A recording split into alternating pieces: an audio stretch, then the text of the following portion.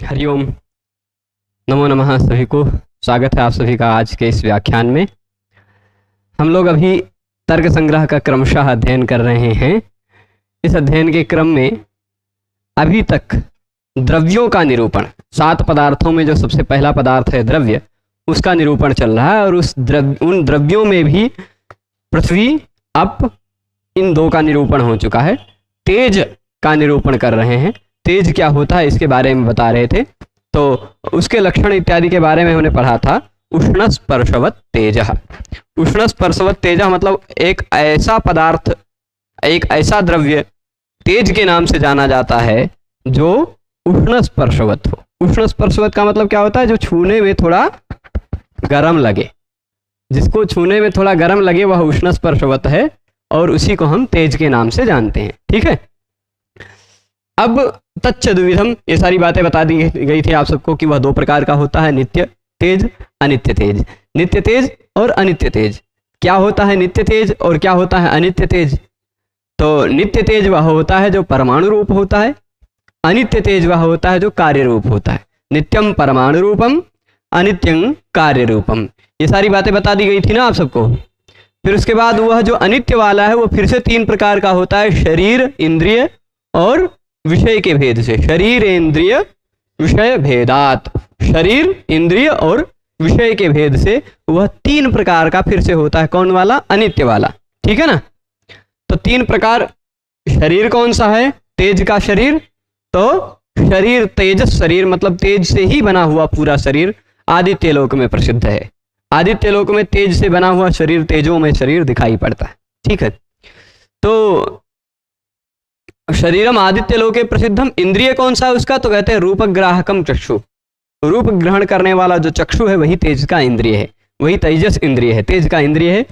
और वह हमारी आंखों के अंदर जो काला काला दिखाई पड़ता है उसके अंदर एक छोटा सा तारा जैसा दिखाई पड़ता है, कृष्ण तारा अग्रवर्ती, उसके अग्रभाग में वही चक्षुर इंद्रिय है। ठीक है।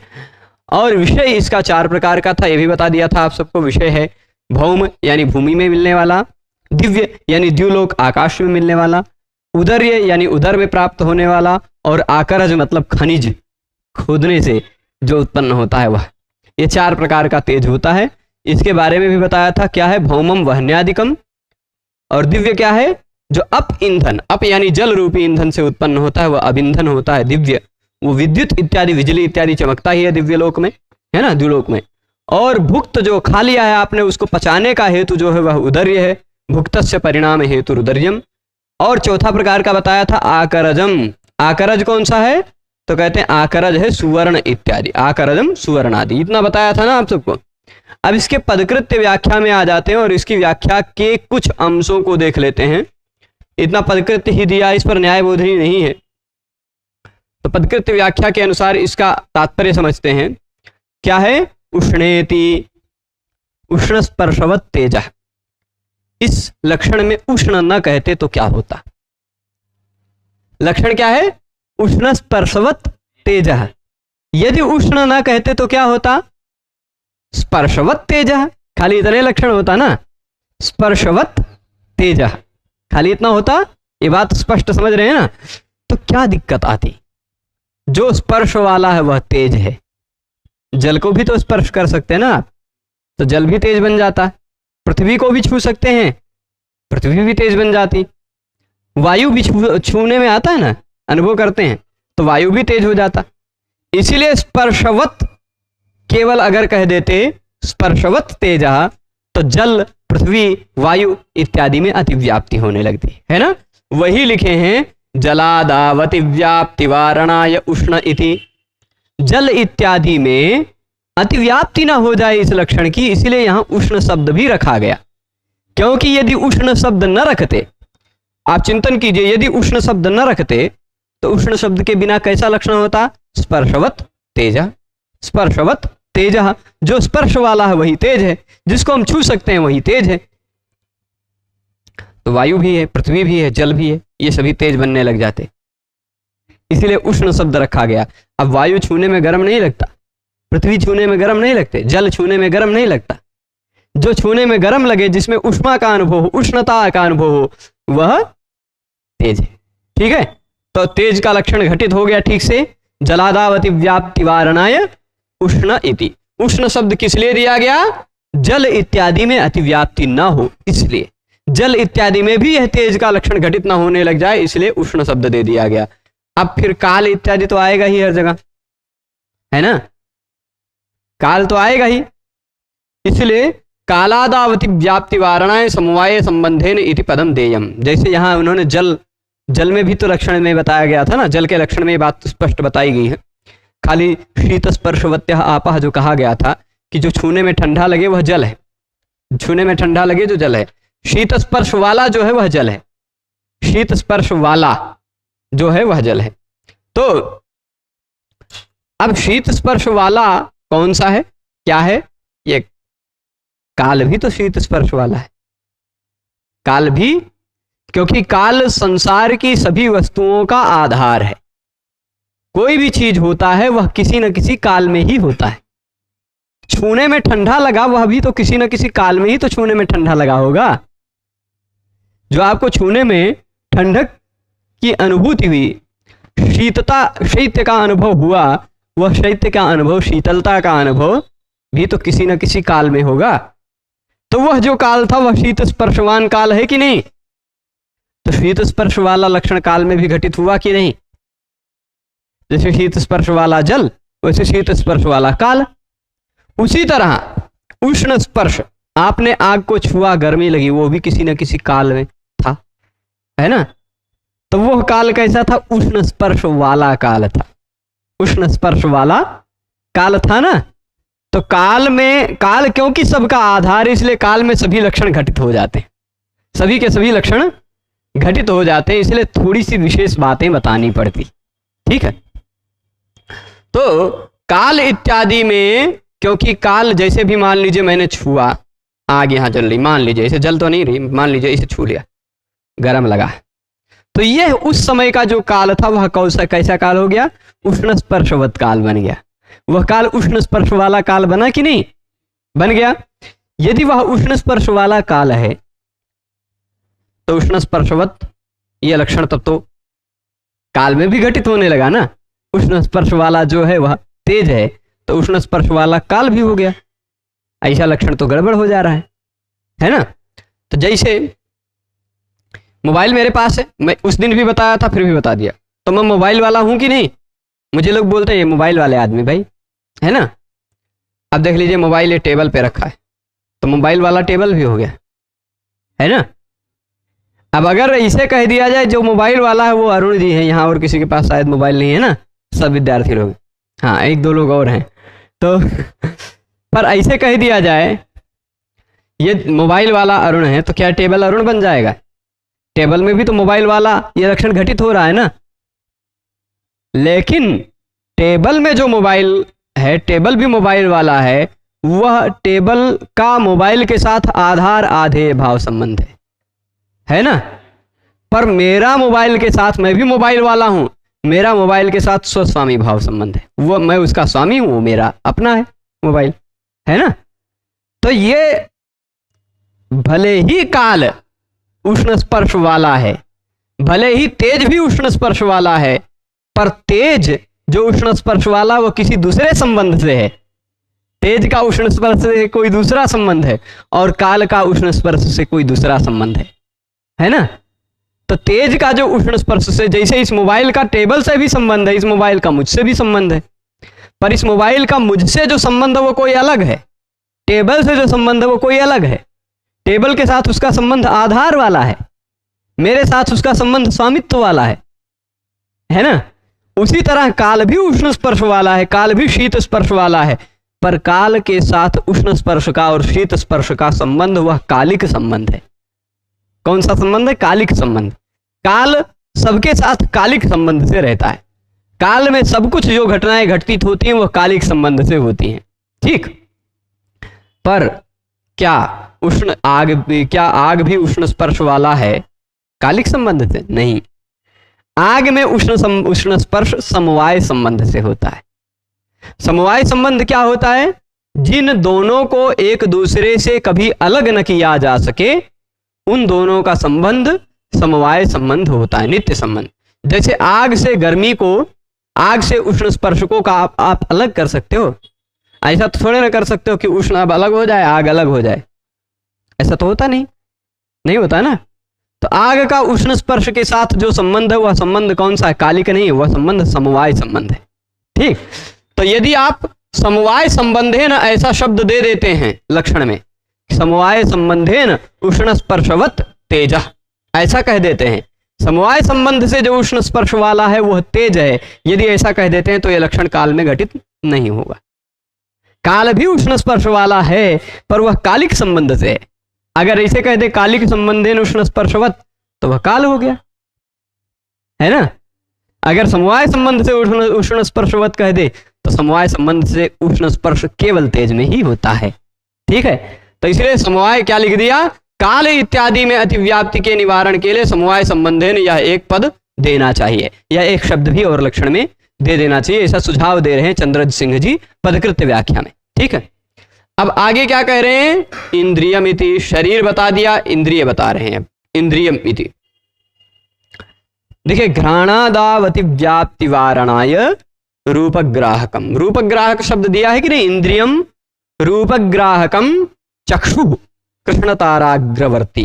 ठीक, अगर रूपग्राहकम शब्द न रखते तो क्या होता? इंद्रियम खाली रखते तो इंद्रिय तो नाक भी है, इंद्रिय तो जीभ भी है, इंद्रिय तो त्वचा भी है, इंद्रिय तो कान भी है, आंख भी है, पांचों है। खाली इंद्रिय कह देते तब सब में घटित होने लग जाता, पर कह दिए रूपग्राहकम यह शब्द रखा तो रूप मतलब लाल, पीला, काला, नीला इत्यादि जो रूप हैं, वह रूप क्या नाक से आप पता कर सकते हैं? कान से पता कर सकते हैं? छू करके, चाट करके? हाँ, कुछ लोगों को योगज प्रत्यक्ष होता है, वह अलौकिक होता है, कुछ लोगों को होता है। आप वीडियोज में खोजेंगे तो एक आध लोग ऐसे भी मिल जाएंगे जो सूंघ करके कलर बता देते हैं। ब्लाइंड लोग होते हैं, छू करके इतना अनुभव होता है, वो कलर जान जाते हैं कौन से कलर का है, क्या लिखा हुआ वो पढ़ लेते हैं छू करके, तो वो रूप देख लेते हैं बिना आंख के भी। पर उनका जो प्रत्यक्ष है वह प्रत्यक्ष चाक्षुष प्रत्यक्ष, लौकिक प्रत्यक्ष नहीं माना जाता। यदि वह प्रत्यक्ष लौकिक हो तो सबको होने लगे वैसे प्रत्यक्ष, सबको तो होता नहीं, है ना। तो वह अलौकिक प्रत्यक्ष है, वो योगज प्रत्यक्ष है। उनको बहुत ज्यादा साधना की है, बहुत ज्यादा योग किया है उसके साथ, उस विषय के साथ, तो उनको वह प्रत्यक्ष होता है। ठीक, तो वो विषय अलग है। पर सामान्यतः यदि देखा जाए तो रूपग्राहकम शब्द कह दिया तो रूप का ग्रहण करता है कौन? केवल आंख, नाक, कान इत्यादि नहीं, केवल आंख ही रूप का ग्रहण करता है। इसलिए रूप ग्राहक शब्द कह देने से घ्राण इत्यादि में अतिव्याप्ति नहीं होगी लक्षण की, नाक इत्यादि में वह लक्षण घटित नहीं होगा। ठीक, नाक इत्यादि में वो बातें नहीं घटित होगी क्योंकि रूप ग्राहक तो नाक इत्यादि है नहीं। ठीक है, अब फिर से काल इत्यादि आया, कालादावति व्याप्ति वारणाय, काला बहुत आएगा, काल आदव, है ना। कालादावति व्याप्ति वारणाय इंद्रियम इति, अगर खाली ठीक है भाई, आप इंद्रियम रूपग्राहकम में इंद्रियम रखे थे, रूपग्राहकम नहीं रखे थे, तब गड़बड़ हो रहा था, नाक इत्यादि में भी लक्षण घटित हो जा रहा था। तो चलिए खाली रूपग्राहकम रखें, इंद्रियम को न रखें तो क्या दिक्कत होगी? रूपग्राहकम चक्षु, रूप ग्रहण करने वाला जो वह चक्षु है, ऐसा खाली कह दें तो क्या होगा? तो होगा ये कि रूप का ग्रहण तो काल भी करवाता है। जैसे मैं अभी सामने सबके रूप को देख रहा हूं, किसी न किसी काल के कारण ही देख रहा हूं, तो रूप ग्राहक काल भी है ना, रूप ग्राहक काल भी है। तो काल पर काल इंद्रिय थोड़े ना है, इसलिए इंद्रियम रूप ग्राहकम कह दिया तो काल में यह बात घटित नहीं होगी। अगर खाली रूप ग्राहकम कहते तो काल इत्यादि में यह बात घटित होती, पर इंद्रियम रूप ग्राहकम कह दिया तो काल में यह बात घटित नहीं होगी, क्योंकि काल इंद्रिय नहीं है। काल रूप ग्राहक तो है, रूप ग्रहण कराता है, पर इंद्रिय थोड़े ना है। ठीक है, तो कालादावति व्याप्ति वारणाय इंद्रियम इति, ये बात भी समझ गए होंगे। ठीक, अब भेदात क्यों कहा? देखिए, शरीर इंद्रिय विषय भेदात, ये भेदात शब्द क्यों रखा? भेदात कहा है ना, शरीर इंद्रिय विषय भेदात। तो भेदात इति पदम प्रत्येकम अभिसंबध्यते। भेदात यह शब्द प्रत्येक के साथ संबंध बनाता है, मतलब शरीर भेदात, इंद्रिय भेदात, विषय भेदात, सबके साथ एक संबंध बनाकर रखता है भेदात। ठीक है, भेदात इति पदम प्रत्येकम अभिसंबध्यते, प्रत्येक के साथ, केवल शरीर के साथ नहीं, केवल इंद्रिय के साथ नहीं, केवल विषय के साथ नहीं, तीनों के साथ संबंध बनता है इसका। ठीक है, अब इसके बाद भौम, दिव्य, उदर्य, आकरज, ये विषय आए थे ना, इनका वर्णन शुरू हो रहा है। क्या होता है भौम, क्या होता है दिव्य, क्या है आकरज, क्या है उदर्य, ये बता रहे हैं। तो भौमम आदिपदेन क्या है, स्वद्योत, क्या खद्योत है, खद्योत है ना, आदिपदेन खद्योतगत तेज प्रभृति परिग्रह। भौम शब्द से भौमम वहन्यादिकम, भौमम मूल पंक्ति में आपको दिखाई पड़ा था ना, भौमम वहन्यादिकम, या वहनी मतलब आग होता है तो आपको पता है, पर आदि मतलब क्या होता है, आग इत्यादि। भौम मतलब पृथ्वी पर प्राप्त होने वाले आग इत्यादि। तो आग इत्यादि आदि शब्द से किसको ग्रहण करेंगे आप, आदि में किसको ग्रहण करेंगे, तो कहते हैं आदि शब्द से हम खद्योतगत तेज प्रभृति परिग्रह, खद्योत इत्यादि होते हैं, जुगनू इत्यादि होते हैं ना, उनमें भी थोड़ा तेज होता है, चमक होते है ना, तो उनका भी आदि शब्द से भौम शब्द से ग्रहण किया जा सकता है। आदिना खद्योतगत तेज प्रभृति परिग्रह, तो आदि शब्द से उसका ग्रहण हो जाएगा, खद्योत इत्यादि का, जुगनू इत्यादि का। ठीक है, क्योंकि उनमें भी तेज होता है, चमक होती है ना, प्रकाश वाला होता है। और फिर उसके बाद विद्युत, ऊपर देखिए अविंधनम दिव्यम विद्युत आदि, ये विद्युत क्या है इसके बारे में बता रहे हैं। इसके बारे में क्या बता रहे हैं, आदिना रविचंद्र आदि परिग्रह। दिव्य में किसको बताया था, दिव्य में बताया गया था विद्युत इत्यादि। विद्युत इत्यादि मतलब बिजली इत्यादि जो है वो दिव्य है, बताया गया था ना। तो विद्युत आदि, आदि से मतलब क्या होता है, विद्युत तो मतलब जान गए आप, बिजली जो आग, वो जो जल के कारण चमकती है बिजली, जल को ईंधन बना के बनती है, वो तो विद्युत तो समझ ही गए। पर आदि शब्द से किसका ग्रहण होगा, आदि क्या है, तो ये आदिना रविचंद्र आदि परिग्रह। रविचंद्र, सूर्य, चंद्र इत्यादि भी तो बिजली ही है, मतलब आकाशीय हैं, दिव्य हैं, द्युलोक में प्राप्त होते हैं। सूर्य चंद्र इत्यादि का ग्रहण हो जाएगा उससे, आदि शब्द से। फिर इसके बाद क्या है, भुक्तेति। यहां आप देखिए ऊपर क्या था, भुक्तस्य परिणाम हेतुरुदर्यम, भुक्त से क्या कहा गया है, तो भुक्तेति बता रहे हैं, भुक्तस्य अन्नादेह। भुक्त क्या होता है, क्या भोग किया आप, अन्न इत्यादि, अन्न इत्यादि ही तो भुक्त है। तो भुक्तस्य अन्नादेह, भुक्त जो अन्न इत्यादि है उसका क्या लिखा है, परिणाम, अन्न इत्यादि का परिणाम हो जाना। अन्न इत्यादि का परिणाम हो जाना मतलब उसका रिजल्ट मिल जाना, उसका क्या होता है, परिणाम का मतलब क्या होता है, जीर्णता, तस्य हेतुम, उसको जीर्ण हो जाना, अजीर्ण ना होना, जीर्ण होना। ठीक, पच जाना, पक गया, खाना जो खाए थे पच गया भाई, है ना, तो जीर्ण हो जाना यानी पच जाना, यही परिणाम कहलाता है। और उस पचने का जो हेतु है, जो आप खाते हैं, उस पचने का जो हेतु है वह आपके शरीर में जठराग्नि है, वह है उदर्य अग्नि। ठीक, वो क्या है, उदर्य, तस्य हेतु उदर्यम, उसका हेतु उदर्य होता है, ऐसा अर्थ है। ठीक, परिणाम इत्यादि का जो हेतु है वह है उदर्य। उदर्य के बाद बताया क्या, सुवर्णेति, आकरजम सुवर्णादि बताया गया था ना। आकरज क्या है, सोना चांदी इत्यादि जो है वह आकरज है। तो आदि शब्द से सुवर्ण आदि, आदि से किसका ग्रहण होगा, तो आदिना रजतादेह परिग्रह। आदि शब्द से रजत इत्यादि अन्य जो तेजस वस्तु निकलती हैं खनिज में, उनका भी ग्रहण हो जाता है। ठीक, तो सुवर्ण आदि में सुवर्ण आदि शब्द से रजत इत्यादि का भी ग्रहण हो सकता है, चांदी इत्यादि का भी। तो इस तरह से हमने तेज का विषय पढ़ लिया। तेज, तेज क्या है, उष्ण स्पर्श वाला है। उष्ण स्पर्श वाला है वो दो प्रकार का, नित्य अनित्य। नित्य कौन सा, परमाणु रूप, अनित्य कार्य रूप। फिर अनित्य तीन प्रकार का, शरीर इंद्रिय विषय। शरीर तेज का क्या है, रूप ग्रहण करने वाला चक्षु। इंद्रिय तेज का क्या है, नहीं शरीर क्या है, तेज का। आदित्य लोक में इंद्रिय है चक्षु रूप ग्रहण करने वाला चक्षु, और विषय 4 प्रकार के, भौम, दिव्य, उदर्य, आकरज। भौम मतलब भूमि में प्राप्त होने वाला आग, खद्योत इत्यादि। और फिर उसके बाद दिव्य मतलब द्युलोक में प्राप्त होने वाला बरसात के समय जो बिजली चमकती है वो बिजली या सूर्य चंद्र इत्यादि।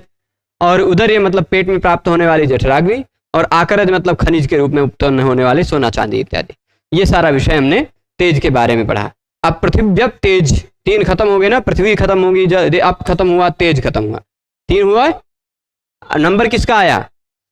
पृथिव्यप तेजो वायवाकाश काल दिगात्मनांसि नवैव, 9 बताए गए थे ना, उनमें अब नंबर आया चौथा वायु का।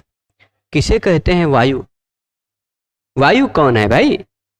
तो बता रहे हैं वायु का लक्षण, रूप रहित स्पर्शवान वायु। क्या कहा? रूप रहित स्पर्शवान वायु। जो रूप रहित हो, रूप रहित हो, रूप रहित हो मतलब दिखाई ना पड़े। आप हवा देख सकते हैं क्या, किस कलर की होती है? लाल, पीली, काली, नीली, किस कलर की हवा है? दिखाई नहीं पड़ता ना, तो रूप रहित है ना, तो रूप रहित है। और उसके साथ साथ स्पर्शवान, स्पर्शवान, स्पर्शवान यानी स्पर्श वाला भी है, रूप रहित भी है, स्पर्श वाला भी है। कौन? वायु। जो रूप रहित हो, स्पर्श वाला हो, वह है वायु। ठीक है। वो कितने प्रकार का? द्विविधा। वो 2 प्रकार का होता है। कौन कौन से 2 प्रकार उसके? नित्य और अनित्य। नित्यो अनित्यश्च, नित्यो अनित्यश्च। नित्य एक प्रकार होता है और अनित्य दूसरा प्रकार होता है। ठीक है, 2 प्रकार का हो जाएगा। रूप रहित स्पर्शवान वायु, जो रूप रहित हो, स्पर्श वाला हो, वह वायु है। अभी इसको सब पूरा घटित करेंगे। पदकृत व्याख्या जब पढ़ते हैं तभी आप लक्षण को बढ़िया से समझते हैं। जो दिखाई न पड़ता हो पर छूने में आता हो, वो वायु है। पदकृत्य में इसका पूरा जब रूप रहित क्यों कहा गया? रूप रहित न कहते तो क्या दिक्कत आती? केवल स्पर्शवान कह देते वायु तो क्या दिक्कत आती? और फिर स्पर्शवान न कह के केवल रूप रहितो वायु कह देते तो क्या दिक्कत आती? ये सब कुछ पदकृत्य में इस लक्षण की परीक्षा करेंगे। खाली लक्षण अभी इतना समझ के रखें, जो रूप रहित हो यानी जिसको देखा ना जा सके, जो लाल, पीला, नीला, काला इत्यादि रूपों से रहित हो। और स्पर्शवान जो छूने में आए, छूने से अनुभव हो सके जिसका, ठीक, स्पर्श वाला जो हो, वह है वायु। ठीक, तो वो कितने प्रकार का होता वायु? ये भी उसी तरह का। वायु पुल्लिंग है इसलिए सद्विधा, सद्विधा। वह 2 प्रकार का। कौन कौन सा? नित्यः अनित्यश्च, नित्यः अनित्यश्च। आगे देख लीजिएगा, आगे इसको मिलेगा अगले पेज में। अगले पेज में चलिए तो पांडे जी, हाँ, नित्या अनित्यश्च। ठीक है, क्या देखिए, नित्य हो गया, अनित्यश्च दिख ही रहा आपको। नित्य कौन सा है वायु? तो कहते हैं नित्यः परमाणु रूप। नित्य वाला वायु वो है जो परमाणु रूप हो, परमाणु, नित्य परमाणु रूप। अनित्य वाला वायु कौन सा है? तो अनित्य कार्य रूप। अनित्य वायु वह है जो कार्य रूप हो। ठीक, अनित्य कार्य रूप। ठीक, पुनस्त्रिविधा। अनित्य वाला फिर से 3 प्रकार का होता है। नित्य की तो बात खत्म कर दीजिए, परमाणु रूप है वो, परमाणु रूप आप जानेंगे। वायु का भी परमाणु होता है, बहुत सारे परमाणुओं को जुड़ करके फिर वायु एक पूर्ण वायु बनता है। ठीक है, तो अनित्य वाला जो वायु है वह कार्य रूप है, जो हम सबको स्पर्श होता है, जिसका हम अनुभव कर सकते हैं। ठीक है, तो वह वायु है, अनित्य होता है। और फिर वह अनित्य वायु 3 प्रकार का होता है। ठीक, अनित्य वायु 3 प्रकार का। कौन कौन सा? वही शरीर, इंद्रिय और विषय। शरीर, इंद्रिय और विषय। अच्छा, वायु का शरीर कौन सा है? वायु की इंद्रिय कौन सा है? वायु का विषय कौन सा है? तो वह सब कुछ बताएंगे। वायु का शरीर है, शरीरम वायुलोके, है ना? शरीरम, शरीर इंद्रिय विषय वेदा तो पता है। शरीरम वायुलोके, शरीर जो है वह वायुलोक में प्रसिद्ध है। कहां पर प्रसिद्ध है शरीर? वायुलोके। वायुलोक में वायु से बना हुआ शरीर मिलता है। ठीक, वायवीय शरीर। कुछ कुछ जीव ऐसे भी होते हैं जो केवल हवा से बने रहते हैं। ठीक, वायुलोके शरीरम प्रसिद्धम। वायुलोक में वायवीय शरीर प्रसिद्ध है। ठीक है, यहाँ नहीं मिलता। ये पार्थिव लोक है, पृथ्वी लोक है, तो यहाँ पृथ्वी से बने हुए शरीर ज्यादा दिखाई पड़ेंगे। ठीक है, तो वायु लोक में प्रसिद्ध है इसका शरीर। इंद्रिय कौन सा है भाई वायु का? वायु का इंद्रिय कौन सा है? स्पर्श ग्राहकम। वायु का इंद्रिय है स्पर्श ग्रहण करने वाला त्वचा। वायु है, कैसे पता चलता? आंख से, नाक से, कान से। हो सकता है खूब तेज चल रहा हो तो सू आवाज आ रही हो तो पता चलता हो, शब्द पता चलता, वायु नहीं। ठीक, आवाज का अनुभव होता है उससे, वायु का अनुभव नहीं होता। तो कान से भी नहीं, नाक से भी नहीं, आंख से भी नहीं, है ना, जिह्वा से भी नहीं, त्वचा से वायु का अनुभव होता तक। इसीलिए क्या लिखा? इंद्रिय कौन सा इसका वायु का? स्पर्श ग्रहण करने वाला। जो स्पर्श का ग्रहण करता है वो है त्वक। त्वक यानी त्वचा।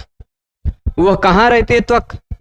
जैसे इससे पहले गंध बोला, घ्राण बताया था, तो नासाग्रवर्ती, पृथ्वी का इंद्रिय नासाग्रवर्ती। और जल का इंद्रिय स्पर्श करने, वो रस ग्रहण करने वाला जिह्वाग्रवर्ती। ठीक, तेज का चक्षु कृष्ण ताराग्रवर्ती बताया था। तो वैसे ये त्वचा इंद्रिय कहाँ रहता है भाई? तो त्वग इंद्रिय है सर्व शरीरवर्ती, पूरे शरीर में, है ना, सर्व शरीरवर्ती, पूरे शरीर में त्वक इंद्रिय रहता है। वही स्पर्श का अनुभव करता है। पूरे शरीर से आप स्पर्श का अनुभव कर सकते हैं। ठीक है, विषय क्या है? अच्छा, जैसे पृथ्वी का विषय मिट्टी पत्थर इत्यादि पता चल जाता था, जल का विषय नदी समुद्र इत्यादि पता चल जाता था, तेज का विषय आग, धरती की आग, पेट की जठराग्नि, आकाश की बिजली इत्यादि वो पता चल जाता था, सुवर्ण इत्यादि पता चल जाता था। पर वायु का विषय कैसे पता चले वायु है? तो वृक्ष इत्यादि के कंपन का हेतु ही वायु का विषय है।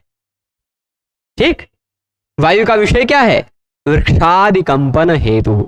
बीच वृक्ष इत्यादि कंपते हुए दिखाई पड़ते हैं ना, तो उस वृक्ष इत्यादि के कांपने का जो हेतु है वही वायु का विषय। वृक्ष इत्यादि कांपते, थोड़े हिलते डुलते दिखाई पड़ते हैं, उसका हेतु क्या है? वायु। वही उसका विषय है वायु का। जैसे पृथ्वी का मिट्टी पत्थर, जैसे जल का से नदी समुद्र, वैसे वायु का वृक्ष इत्यादि, वृक्ष नहीं, वृक्ष इत्यादि के कांपने का हेतु, वृक्ष इत्यादि जिसके कारण कांपते हैं वो है वायु का विषय। वो कौन है? देखा नहीं जा सकता, किसके कारण कांपते हैं, पर अनुभव किया जा सकता है। ठीक, तो विषयो वृक्षादि कंपन हेतु। अच्छा, और भी कुछ विषय होते हैं। ठीक, हम सबके शरीर में भी वायु का विषय का अनुभव होता है, प्राण, अपान इत्यादि के रूप में, है ना, 5 प्रकार के। शरीरांत संचारी वायु प्राण, हमारे शरीर के अंदर संचरण करने वाला वायु है, वो भी तो वायु है, वो भी वायु का विषय है। प्राण, प्राण वायु न रहे तो क्या हो जाएगा? शरीर में प्राण वायु न रहे, जो शरीर के अंदर विचरण करता है, तो फिर क्या? नारायण नारायण हो जाएगा, है ना।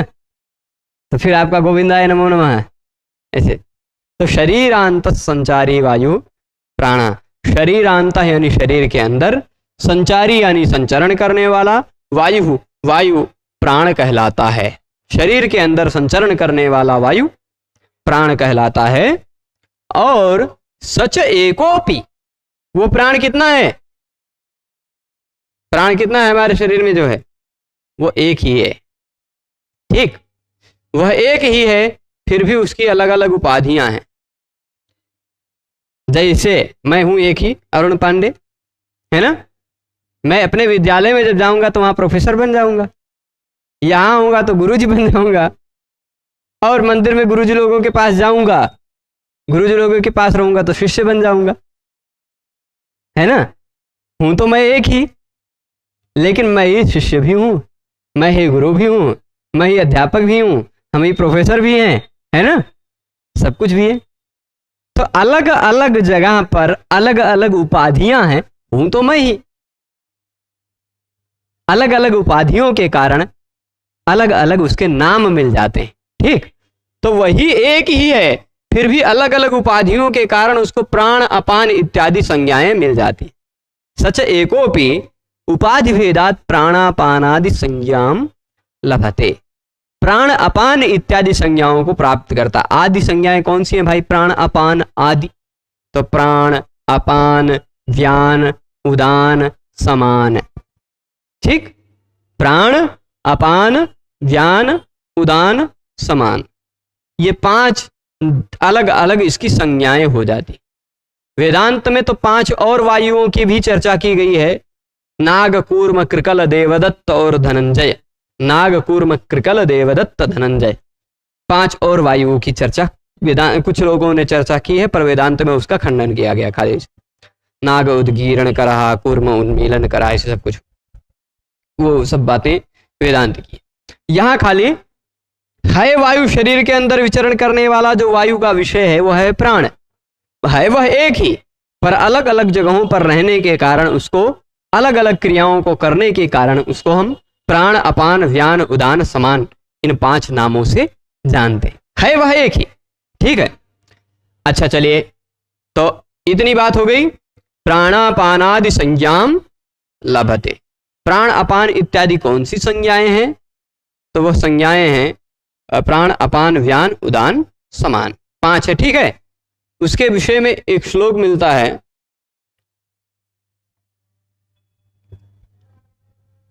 इनको ले आते हैं। ठीक है, आ जाइए प्रभु। वह जो श्लोक मिलता है वहां लिख देते हैं हम यहां। तनी आप नीचे आओ।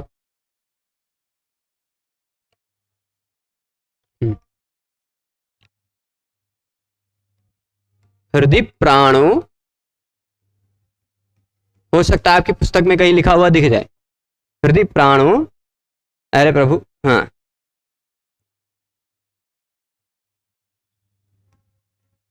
हृदय प्राणो गुदे पान। ठीक, समानो नाभिमंडले, समानो है ये, नाभिमंडले।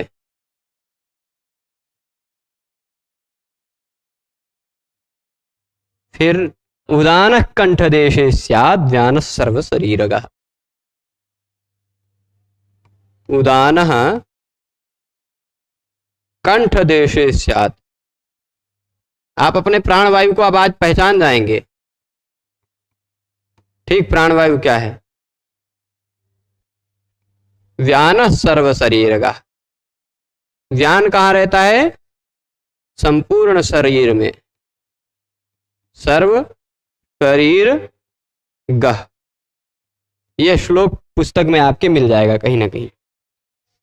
वेदांत में और न्याय में खाली इतना ही मतभेद है, तर्क संग्रह में और वेदांत में प्राण के विषय में। वेदांत सार में जब यह विषय पढ़ेंगे तो वहां पर प्राण के विषय में लिखा हुआ मिलेगा कि प्राणो नाम प्रागगमनवान नासाग्र स्थानवर्ती। प्राण किसे कहते हैं? जो प्रागगमनवान, नासा के अग्र स्थान में रहता है, नाक के अग्रभाग में जो ये सांस ले रहे हैं ये प्राण है। ठीक, नासिका के अग्रभाग में रहने के कारण प्राण कहते हैं। पर यहां न्याय शास्त्र में क्या कहा गया तर्क संग्रह में कि प्राण हमारे हृदय में रहता है। ठीक, हृदय में जो वायु है, जिस वायु के सहारे हृदय संचरण करता है वह है प्राण। ठीक, और गुद भाग में जो दुर्गंध का विसर्जन करते हैं वह है अपान। ठीक, कुछ ज्यादा खा लेते हैं, पचता नहीं है तो विसर्जन करते हैं ना गंध, वो होता है अपान, वो गुद भाग में रहता है। ठीक, नीचे उसकी गति होती है इसलिए उसको अपान कहते हैं।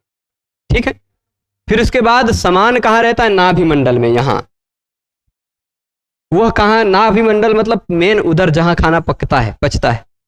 ठीक, वह पचाता है, समान ही नाभिमंडल में रहता है। हवा अगर न रहे, एयर न रहे तो अग्नि कैसे जलेगी? हवा के सहारे ही तो जठराग्नि जलती है, और जठराग्नि हवा के सहारे ही उन सबको पचाती है। आप हवन में डालते हैं कुछ हवन सामग्री, ऐसा कर दीजिए कि उस कुंड में थोड़ी सी भी हवा न जाए तो वो बुझ जाएगी। ठीक, वो हवा जितना एयर है उसमें उतना लेगी जब तक, तब तक जलेगी, और ऐसा ढक दे कि थोड़ी सी भी एयर न ले पाए तो नहीं जलेगी। ठीक, तो वो हृदय, यहाँ जो समान वायु है जो हम सबके पचाने का हेतु है, खाना जो पचाते हैं, खाते पीते हैं, वो ठीक से पचाने का काम करता समान वायु नाभिमंडल में। और कंठ में कभी कभी ऐसे सब आता है ना, हवा निकलती है डकार के माध्यम से, वो उदान है। ठीक है, कंठ देश स्यात्। और व्यान पूरे शरीर में, हमारी नसों में, धमनियों में दौड़ता है, जो खून के संचार को संतुलित रखता है। ठीक है, तो ये 5 अलग अलग नामों से एक ही प्राण को ही इन 5 अलग अलग नामों से जाना जाता है। हृदय प्राणो, हृदय में प्राण, गुद भाग में अपान, नाभि मंडल में, यहाँ नाभि की जगह पे समान, और कंठ में उदान, और पूरे शरीर में जो धमनियों के माध्यम से दौड़ता है वह है व्यान। व्यान सर्व शरीरगः। ठीक है, फिर से आ जाते हैं यहां पर, तो प्राणादि संज्ञाम लभते, ये होगी ना इतनी बात। अब न्याय बोधिनी और पदकृत्य जी को देखते हैं। इसके न्याय बोधिनी और पदकृत्य। पहले न्याय बोधिनी क्या लिखा है, एवं पृथिव्यादि त्रिकम निरूप्य, एवं पृथिव्यादि त्रिकम निरूप्य। एवं मतलब इस प्रकार, एवं का मतलब क्या होगा, इस प्रकार पृथ्वी इत्यादि 3 का निरूपण करके, पृथिव्यादि त्रिकम निरूप्य, पृथ्वी इत्यादि 3 का निरूपण करके, वायुम निरूपयति, वायु का निरूपण कर रहा है। पृथ्वी इत्यादि 3 को बता दिया, तो पृथ्वी इत्यादि 3 को बताने के बाद अब किसका नंबर आया, पृथ्वी इत्यादि 3 का निरूपण के बाद किसका नंबर आया, वायु। तो वायुम निरूपयति, वायु का निरूपण इसलिए कर रहे हैं कि पहले पृथ्वी इत्यादि 3 का निरूपण हो चुका है। ठीक, तो वायु के निरूपण में क्या कह रहे हैं, रूप रहित, रूप रहित से ही तो शुरू किया था ना, तो रूप रहित इत्यादि कह करके वायु का निरूपण कर रहे हैं। ठीक है, क्या होगा उसका लक्षण, रूप रहितत्वे सति स्पर्शवत्वम वायुर लक्षणम। वायु का लक्षण क्या हो गया, जो रूप रहित हो। अच्छा, लक्षण जो कभी बनाया जाता है ना, लक्षण जो कभी बनाया जाता है वह लक्षण ऐसा होना चाहिए, सति मतलब होते हुए, जो रूप रहित होते हुए स्पर्श वाला हो वह वायु है। रूप रहित होते हुए जो स्पर्श वाला हो वह वायु है। सति का मतलब होते हुए। ठीक है, तो जो रूप रहितत्व से युक्त हो, रूप रहितत्व से युक्त हो और स्पर्शवत्व हो, वो वायु का लक्षण है। ठीक है, वायु का लक्षण वायुत्व में घटाएंगे, जैसे पृथ्वी का लक्षण पृथ्वीत्व में घटित होता है, वायु जल का लक्षण जलत्व में घटित होता है, वैसे ही तेज का लक्षण तेजस्व में घटित होता है, वैसे वायु का लक्षण वायुत्व में घटित होगा। क्या, तो जो रूप रहितत्व हो, जिसमें रूप रहितत्व मतलब न दिखाई पड़ना, और फिर रूप रहितत्व होते हुए जिसमें स्पर्शवत्व हो, यानी जो स्पर्श वाला हो, वह कौन है, वो वायु का लक्षण है। वही वायु का लक्षण है ना, यही तो बात रूप रहित स्पर्शवान मतलब वायु के माध्यम से बताई गई, यही बात है ना। तो अब सती सप्तम्य विशिष्टार्थतया रूप रहितत्व विशिष्ट स्पर्शवत्व वायु और लक्षण। यदि सती न कहें, जैसे आपने पूछा भाई सती क्या मतलब होता है, तो सती सप्तमी हम न प्रयोग करें, रूप रहितत्व सती स्पर्शवत्व ऐसा न प्रयोग करें, तो क्या होगा, सती सप्तमी यदि अविशिष्ट रूप से प्रयोग करें तो क्या इसका अर्थ होगा, रूप रहितत्व विशिष्ट स्पर्शवत्व। ठीक, रूप रहितत्व विशिष्ट, ऐसा स्पर्शवान हो जिसमें रूपवान न हो, ऐसा स्पर्शवान हो जो रूपवान न हो। एक और विशिष्ट बात दी गई, एक और विशिष्ट बात, मतलब स्पर्शवान की एक और विशिष्ट, स्पर्शवान तो कई हैं, पृथ्वी भी है, जल भी है, तेज भी है, वायु भी है, स्पर्शवान है ना। आकाश काल दिक आत्मा मन इन सब को छुआ नहीं जा सकता, ये सब स्पर्शवान नहीं, पर पृथ्वी जल तेज वायु चारों तो स्पर्शवान है। पर एक ऐसा विशिष्ट बात दे दी जाएगी जो केवल वायु में ही हो, वो क्या है, वह रूपवत्व है। ठीक, वो क्या है, वो रूपवत्व है। तो रूपवत्व क्या है, रूप रहितत्व, रूप रहितत्व, रूपवत्व नहीं, रूप रहितत्व विशिष्ट स्पर्शवत्व, जो रूप रहितत्व विशिष्ट स्पर्शवत्व है, यही वायु का लक्षण है। अब आ रहा है पदकृत्य में जो बातें कही जाएंगी वही बात यहां भी बताई जा रही हैं। ये वायु का लक्षण अब देखिए, विशेषणानुपादाने। विशेषणानुपादाने का मतलब होता है विशेषण का उपादान न करें, विशेषण को न लें, विशेषण अनुपादाने, विशेषण का ग्रहण न करें तो रूप रहितत्वे सति अथवा रूप रहितत्व विशिष्ट। ये जो रूप रहितत्व वाली बात कही गई है विशेषण है, ये विशेषण न लिया जाए, केवल विशेषण का ग्रहण न किया जाए, केवल स्पर्शवान वायु खाली कह दिया जाए। ठीक, स्पर्शवत्व मात्रस्य लक्षणत्वे, यदि स्पर्शवत्व मात्र ही लक्षण मान लिया जाए तो दिक्कत आएगी। क्या दिक्कत आएगी? स्पर्शवत्व मात्र को लक्षण मान लिया जाए तो पृथ्व्यादि त्रिके अतिव्याप्ति, पृथ्वी इत्यादि तीन में अतिव्याप्ति होने लग जाएगी। खाली कह दे जो स्पर्शवान है वही वायु है, तो पृथ्वी भी तो स्पर्शवान है, पृथ्वी को भी तो छू सकते हैं आप। जल भी तो स्पर्शवान है, उसको भी तो छू सकते हैं। तेज भी स्पर्शवान है, को भी छू सकते हैं। तो पृथ्वी इत्यादि त्रिक, पृथ्वी जल तेज, इन तीनों में अतिव्याप्ति होने लगेगी, इन तीनों में यह लक्षण घटने लग जाएगा। ठीक, इसीलिए उसके निवारण के लिए विशेषणोपादान, उसके निवारण के लिए विशेषण का ग्रहण किया गया। रूप रहितत्वे सत्य, ऐसी बात कही गई, क्योंकि पृथ्वी है स्पर्शवती, पर पृथ्वी में रूप रहितत्व नहीं। पृथ्वी दिखाई पड़ती है, रूप सहित है। जल भी रूप सहित है, वो अभास्वर शुक्ल रूप है, उसमें दिखाई पड़ता है। जल को भी देखा जा सकता है, तेज को भी देखा जा सकता है, वो भी रूप रहित नहीं है। तो रूप रहितत्व तो ऐसा विशेषण का जब उपादान कर दिया गया, विशेषण का ग्रहण कर दिया, तो पृथ्वी इत्यादि तीन में अतिव्याप्ति नहीं हुई। ठीक है, अब तावन मात्रे कृते आप कहेंगे कि भाई स्पर्शवान न रखो, खाली रूप रहित रख दो। तो तावन मात्र, तावन मात्र मतलब मात्र उतना ही लक्षण रख दे तो रूप रहितत्वम वायु लक्षण, जो रूप रहित है वह वायु है, केवल इतना ही लक्षण कर दें तो फिर आकाश इत्यादि में भी अतिव्याप्ति हो जाएगी। क्योंकि जो रूप रहित है वह वायु है, ऐसा कहेंगे। आकाश भी तो रूप रहित है। आकाश को आप देख सकते हैं? नहीं देख सकते ना। काल, दिशा, आत्मा, मन, इन सबको नहीं देख सकते, ये सब भी तो रूप रहित है। तो आकाश इत्यादि में अतिव्याप्ति होने लग जाएगी यदि केवल तावन मात्र, मतलब तावन मात्र का यहां देखिएगा फिर से दोनों बात, विशेषण का ग्रहण न करते यानी रूप रहितत्व यह ग्रहण न करते तो केवल स्पर्शवत्व मात्र का लक्षण बना देते, स्पर्शवत्व ही मात्र लक्षण रह जाता, तो पृथ्वी इत्यादि तीनों में भी स्पर्शवत्व है, स्पर्शवत्व है, इसलिए पृथ्वी इत्यादि तीनों में अतिव्याप्ति हो जाती। इसीलिए उसका निवारण करने के लिए विशेषण का ग्रहण किया गया। ठीक, विशेषण का उपादान यानी ग्रहण किया गया, किस लिए? उसी तीनों का निवारण करने के लिए।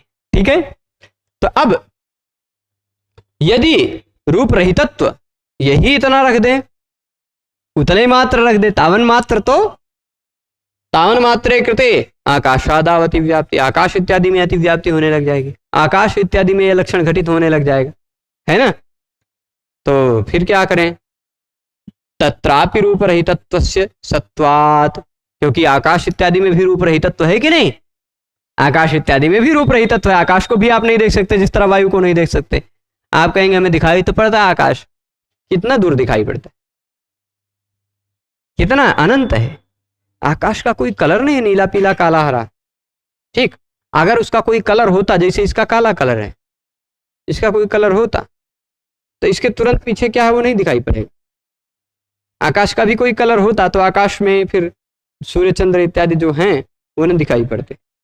हमारे और आपके बीच में जो आकाश है आप न दिखाई पड़ते, आकाश वो आपको ढक लेता ना। तो इसलिए आकाश भी, आकाश काल दिक् आत्मा मन, ये सब भी रूप रहित है। तो ये रूप रहितत्व से तो सत्वात् आता उक्तम स्पर्शवत्व थी, इसलिए स्पर्शवान कहा गया, इसीलिए स्पर्शवान कह दिया गया। आप आकाश इत्यादि भले रूप रहित हैं पर उनको छुआ नहीं जा सकता। आकाश को छू सकते हैं, काल को छू सकते हैं, दिशाओं को, आत्मा को, मन को नहीं। तो स्पर्शवान कह दिया तो आकाश काल दिक् आत्मा मन इन सब में यह लक्षण नहीं घटित होगा, अतिव्याप्ति नहीं होगी। तो यह केवल वायु का ही लक्षण रह जाएगा। जो रूप रहित भी हो और स्पर्शवान हो वह केवल और केवल वायु ही है। ठीक, तो अतिव्याप्तिर नाम आलक्ष्य लक्षण सत्वम। अतिव्याप्ति क्या है? अब भाई न्याय बोधिनी में पहली बार अतिव्याप्ति का वर्णन आया। इससे पहले जो अतिव्याप्ति इत्यादि का वर्णन आया था वो तो कहाँ आया था? पदकृत्य में आया था। न्याय बोधिनी में पहली बार आया अतिव्याप्ति का वर्णन। तो ये अतिव्याप्ति क्या है वो बता दे रहे हैं। व्हाट इज अतिव्याप्ति, वो बता रहे हैं क्या है। तो अतिव्याप्तिर नाम, अतिव्याप्ति किसे कहते हैं भाई? तो बता रहे हैं अतिव्याप्तिर नाम मतलब अतिव्याप्ति वो है जो अलक्ष्य में लक्षण चला जाए। हमारा लक्ष्य वायु है और हमारा लक्षण पृथ्वी जल तेज में घटित हो जा रहा है, अलक्ष्य में लक्षण चला जा रहा है, तो यह अतिव्याप्ति होगी। ठीक है, हमारा लक्ष्य वायु है पर हम अगर स्पर्शवान न कहें, रूप रहितत्वम वायु और लक्षणम, खाली इतने कह दें, तो फिर आकाश इत्यादि हमारे अलक्ष्य हैं, उसमें भी लक्षण घटित हो जा रहा है। अलक्ष्य में लक्षण का घटित हो जाना अतिव्याप्ति दोष से युक्त होना कहलाता है। ठीक है, तो ये बात हो जाएगी। जैसे अब यहां उदाहरण दे रहे हैं, यथा गो श्रृंगित्वम, ये बात समझे हुए हैं आप सब पदकृत्य में। जैसे गाय का श्रृंगित्व लक्षण है, अतिव्याप्ति दोष से युक्त है। लक्षणम कृतम चेत लक्ष्यभूत गो भिन्न महिष्यादावति व्याप्ति, ये गो श्रृंगित्वम लक्षणम कृतम, यदि गाय का श्रृंगित्व लक्षण कर देंगे तो फिर लक्ष्यभूत जो गाय है उस गाय से भिन्न महिष इत्यादि में भी यह लक्षण घटने लग जाएगा, भैंस इत्यादि में भी अतिव्याप्ति होने लगेगी। ठीक, तत्रापि श्रृंगित्व से विद्यमानत्वात्, क्योंकि भैंस इत्यादि में भी श्रृंगित्व तो है ही, भैंस इत्यादि में भी श्रृंग तो है ही। ये बातें समझे हुए हैं, इसलिए थोड़ा स्पीड में चल रहे हैं। ठीक है, अब अव्याप्ति क्या है ये भी बताएंगे, असंभव भी बताएंगे। पहले अतिव्याप्ति बता दे रहे हैं, फिर अव्याप्ति बता रहे हैं। अव्याप्ति किसे कहते हैं? लक्ष्यैक देश अवृत्तित्वम, वही बात है, लक्ष्य के एक देश में लक्षण का न घटित होना, लक्ष्य के एक देश में लक्षण का न घटित होना अव्याप्ति है। जैसे गौर नीलत्व रूप, नील रूपवत्तम, कहते नीली वाली जो होती वो गाय होती है। ठीक, नील का मतलब काला, संस्कृत में नील का मतलब क्या होता है? काला।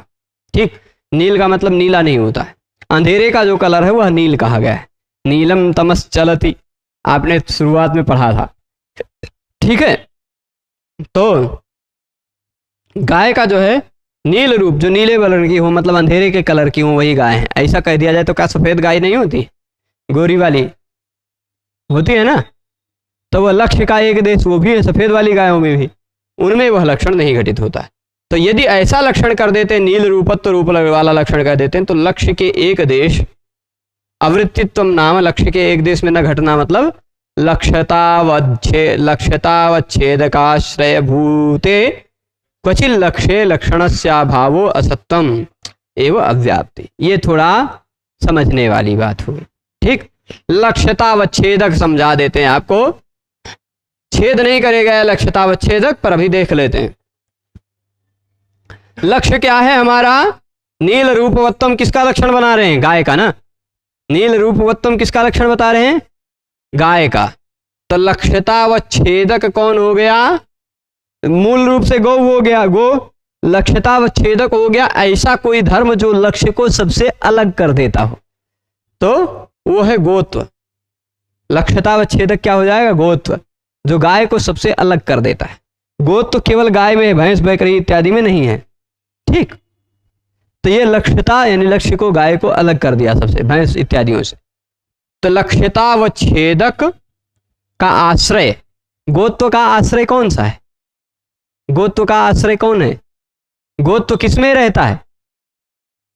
जैसे मनुष्यत्व का आश्रय मनुष्य, मनुष्यत्व मनुष्य में ही तो रहता है, वैसे गोत्व गौ में ही तो रहता है, गाय में ही तो रहता है। तो गोत्व का आश्रय कौन हो गया? गो, गो। ठीक, तो लक्ष्यतावच्छेदक हो गया गोत्व, लक्ष्यतावच्छेदक का आश्रय भूत क्या हो गया? गो। ठीक, लक्ष्यतावच्छेदक आश्रय भूत, लक्ष्यतावच्छेदक का आश्रय भूत जो गो है, ऐसा वह कुछ गायों में, क्वचित लक्ष्य, कुछ गाय रूपी लक्ष्य में गो। अब जैसे लक्ष्यतावच्छेदक गोत्व है, गोत्व से, गोत्व का आश्रय नीली गाय भी है, यानी नील यानी काली वाली, गोत्व का आश्रय सफेद गाय भी है, गोत्व का आश्रय लाल कर्ण वाली, लोहित कलर वाली भी गाय है ना? तो लक्ष्यतावच्छेदक का आश्रय जो है कुछ लक्ष्य, उस लक्षण में लक्षण से अभाव, उस लक्षण में लक्षण, उस लक्ष्य में लक्षण नहीं घटित हो रहा है। ठीक, असत्वम एवं अव्याप्ति, वही असत्व ही अव्याप्ति है। ठीक, ऐसा अर्थ होगा। ठीक है, फिर उसके बाद श्वेत गवि नील रूपवत्व से अभाव, सफेद गाय में नील रूपवत्व कहाँ? श्वेत गाय में यानी सफेद गाय में नील रूपवत्व तो नहीं है ना, तो असत्वात अव्याप्ति, अव्याप्ति हो जाएगी। ठीक है, सफेद गाय में नील रूपवत्व का अभाव होने के कारण अव्याप्ति हो जाएगी। अब असंभव क्या है? व्हाट इज असंभव? ठीक, तो कह रहे हैं असंभव नाम, असंभव किसे कहते हैं ये बात समझ चुके हैं आप, फिर भी जल्दी से समझ लेते हैं। लक्ष्य मात्रे कुत्रापि लक्षणासत्वम, लक्षण सत्वम नहीं, लक्षणासत्वम, लक्ष्य मात्र में कहीं भी लक्षण का असत्व होना, कहीं भी लक्षण का सत्व न हो पाना।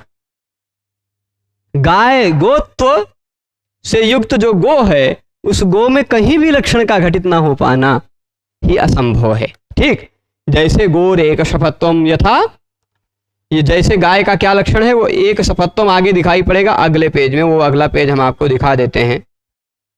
यथा गोर एक शपत्वम, रे लिखा हुआ था, कपस का शपत्वम यहां पढ़ सके। गाय का एक शपत्व रूपी लक्षण जो है, क्योंकि सभी गायों में गो सामान्य, मतलब सभी गायों में क्या विशेषता होती है? सभी गायों की यह एक विशेषता होती है कि द्विशपत्व। सभी गायें दो शप वाली होती है ना, दो खुर वाली होती है ना, होती है कि नहीं? सभी गायों के देखिए दो खुर होता है, एक ऐसे होता है और फिर एक ऐसे होता है, दो खुर होते हैं ना। तो सभी गायों के खुर शप जो होता है वो दो होता है। द्विशपवत्वेन एक शपवत्वा भावात, एक शप वाला होन पाना सभी गायों में संभव नहीं, सभी गायों में नहीं संभव है, किसी भी गाय में संभव नहीं है।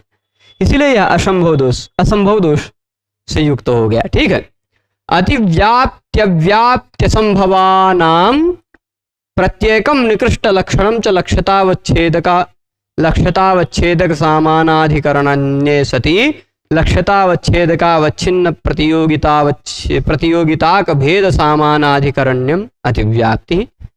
अव्याप्तिस्तु लक्ष्यतावच्छेदक सामानाधिकरणात्यंताभाव प्रतियोगित्वम। असंभवस्तु लक्ष्यतावच्छेदक व्यापकी भूताभाव प्रतियोगित्वम इति। तीनों का थोड़ा सा कठिन न्याय भाषा वाला लक्षण आया। असंभव क्या है, अव्याप्ति क्या है, अतिव्याप्ति क्या है। यदि आप समझना चाहें, थोड़ा सा धैर्य हो, तो मैं ये तीनों आज समझा देता हूँ, और यदि कहें कि अभी रहने दीजिए, थोड़ा सा पक जाएंगे, तो फिर इसको हम कल समझा देंगे। ठीक है, क्या करें, आज समझा दें कि कल समझा दें? कल ही रखते हैं इसको, ठीक है, क्योंकि थोड़ा सा ये अवच्छेदक वाली बातें आएंगी ना, चलेगा। हम देख रहे हैं सामने न्याय शास्त्र का विषय भी ऐसा होता है, घंटे भर से ज़्यादा लगातार नहीं चलना चाहिए। अगर रस बना रहे तो चल जाए, पर उससे ज़्यादा फिर पकने लगेंगे आप, तो चलेगा। ये जो अवच्छेदक वाली बातें हैं, ये ध्यान देंगे तो फिर आप आगे व्याकरण के किसी ग्रंथ को पढ़ेंगे, आगे तर्कशास्त्र के, न्याय के, वेदांत के किसी ग्रंथ को पढ़ेंगे तो सब आसान होगा। न्याय शास्त्र का यही महत्व है, न्याय शास्त्र पढ़ने का यही महत्व है कि मोहम ऋणद्धि विमली कुरुते च बुद्धिम सूते च संस्कृत पद व्यवहार शक्तिम शास्त्रांतराभ्यसन योग्यतया युनक्ति तर्कश्रमो न कुरुते किमिहोपकारम। तर्कशास्त्र में किया हुआ परिश्रम आपकी बुद्धि के अंदर रहने वाली मूढ़ता का निवारण कर देता है, आपकी बुद्धि को निर्मल कर देता है तर्कशास्त्र में यदि आप परिश्रम करते हैं तो। ठीक, और तर्कशास्त्र में यदि आप परिश्रम करते हैं तो आपको संस्कृत में अच्छे अच्छे शब्द का प्रयोग कर सकने की शक्ति आप में आ जाती है। बहुत कठिन बहुत अच्छे परिष्कृत सुंदर शब्दों का प्रयोग कर पाते हैं तर्कशास्त्र का पढ़ने के कारण। और तर्कशास्त्र, न्यायशास्त्र, वैशेषिक शास्त्र को पढ़ने का लाभ एक और है कि आप किसी दूसरे शास्त्र को पढ़ेंगे तो स्वयं समझ जाएंगे। जिस व्यक्ति ने कहा गया काणादम पाणिनीयम च सर्वशास्त्रोपकारकम, न्याय वैशेषिक शास्त्र है और व्याकरण शास्त्र है, इन दोनों को जिसने पढ़ लिया उसको साहित्य, वेदांत, ज्योतिष, व्याकरण, ज्योतिष के साथ साथ अन्य जो मीमांसा इत्यादि विषय हैं, उन सभी विषयों में कहीं भी कठिनाई नहीं होगी। ठीक, सभी विषय सरल हो जाते हैं। तो ये क्यों, आप अब साहित्य जो पढ़ते हैं, जो लोग पंडित राज जगन्नाथ का रसगंगाधर पढ़ने में उनका हालत खराब हो जाता है। न्याय शास्त्र जैसे जब वहाँ विषय आएगा लक्ष्यतावच्छेदक सामानाधिकरण, ऐसी जैसी पंक्ति आएगी तो कहाँ समझेंगे, वो ये समझे रहेंगे तब समझेंगे। महिम भट्ट का व्यक्ति विवेक पढ़ते हैं तो दिमाग खराब हो जाता है। काव्य प्रकाश में ही व्यंजनावृत्ति की स्थापना पढ़ते हैं तो नहीं पचता। ठीक, साहित्य वालों को, जो ये पढ़ा है उसको समझ में आएगा। ठीक है, मैंने साहित्य कभी नहीं पढ़ा पर पढ़ाया है, और साहित्य के विषयों को भी इस तरह पढ़ाया है कि जिससे किसी को लगे ना कि मैं साहित्य का नहीं हूं। क्यों? क्योंकि पढ़ता हूं तो समझ में आ जाता है, न्याय और व्याकरण पढ़े होने के कारण। ठीक है, तो ये सब कुछ क्या करते हैं, बहुत सहयोग करते हैं। इसलिए इन तीनों पंक्तियों को आप समझिएगा, समझें। वैसे अब अतिव्याप्ति क्या होती है वो आप समझे हैं, अव्याप्ति क्या होती है वो भी आप समझे हैं, असंभव क्या होता है ये भी आप समझे हैं, पर न्याय शास्त्र की दृष्टि से लक्ष्यता विच्छेदक वाली भाषा से समझ लेंगे। ठीक है, चलेगा। तो अभी यहीं आज इस व्याख्यान को रोकते हैं। सभी लोग पूरे व्याख्यान में प्रारंभ से अंत तक जुड़े रहे, उसके लिए सभी को बहुत बहुत धन्यवाद। हम आप सबसे पुनः मिलेंगे कल शाम को इसी समय। तब तक के लिए सभी को धन्यवाद। नमो नमः।